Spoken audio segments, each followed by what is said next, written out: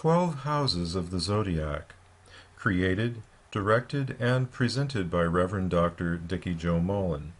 In this video, Dr. Mullen will highlight the key elements of the 12 houses and some of their associations among each other. The pictures here on the slide are from the entrance to Chartres Cathedral. You'll notice that the zodiacal figures are on the outer band here as you go around. Enjoy the video. This is astrologer Dickie Joe Mullen in Orlando, Florida, coming to you with insight into the 12 houses of the Zodiac.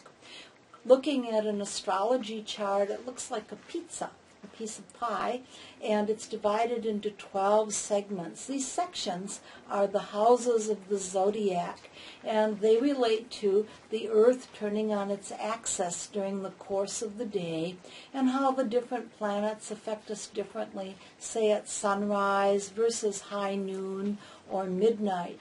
We've talked about the angles in the horoscope. The angular houses are the present, and you always get the influence of planets in the angular houses. They always work out. The cadent houses are futuristic and subtle. They may or may not come to fruition. The succedent houses are foundation and the past, and they are stronger than the cadent houses, but less definite, less certain than the angles. Let's look at the succedent houses among the four modalities. The succedent houses are 2, 5, 9, and 8.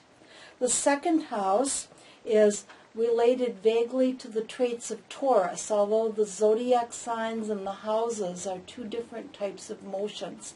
The zodiac signs are the Earth going around the sun, whereas the houses are the influence as it turns on its axis, our home planet Earth, and the sun and moon appear to rise and set. The second house is popular. It's all about money, values, job skills, security, and possessions. The fifth house, natural home of Leo, relates to creativity, sports, romance, children, and pleasure.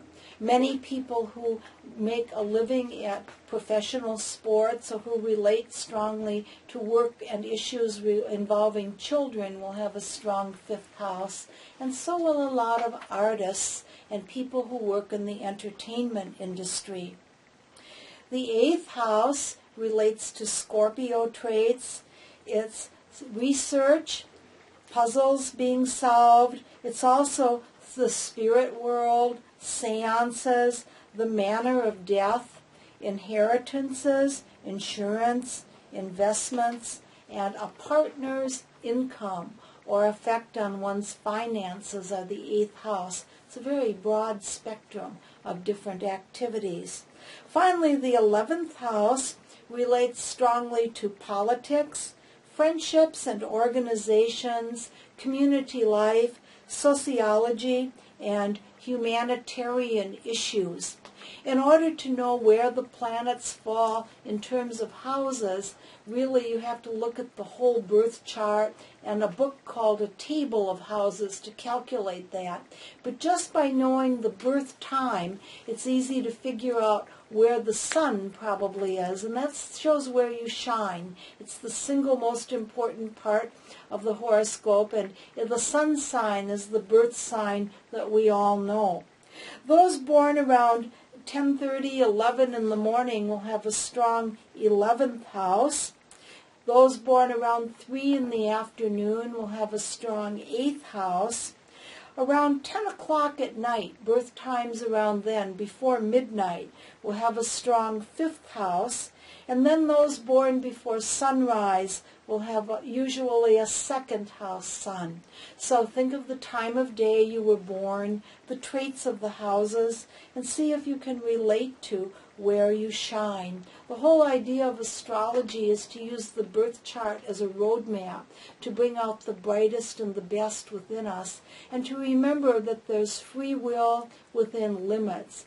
The birth chart is a map of destiny, traits and characteristics, and understanding the houses is a key factor in using the chart as a valuable tool. This is astrologer Dickie Jo Mullen in Orlando, Florida.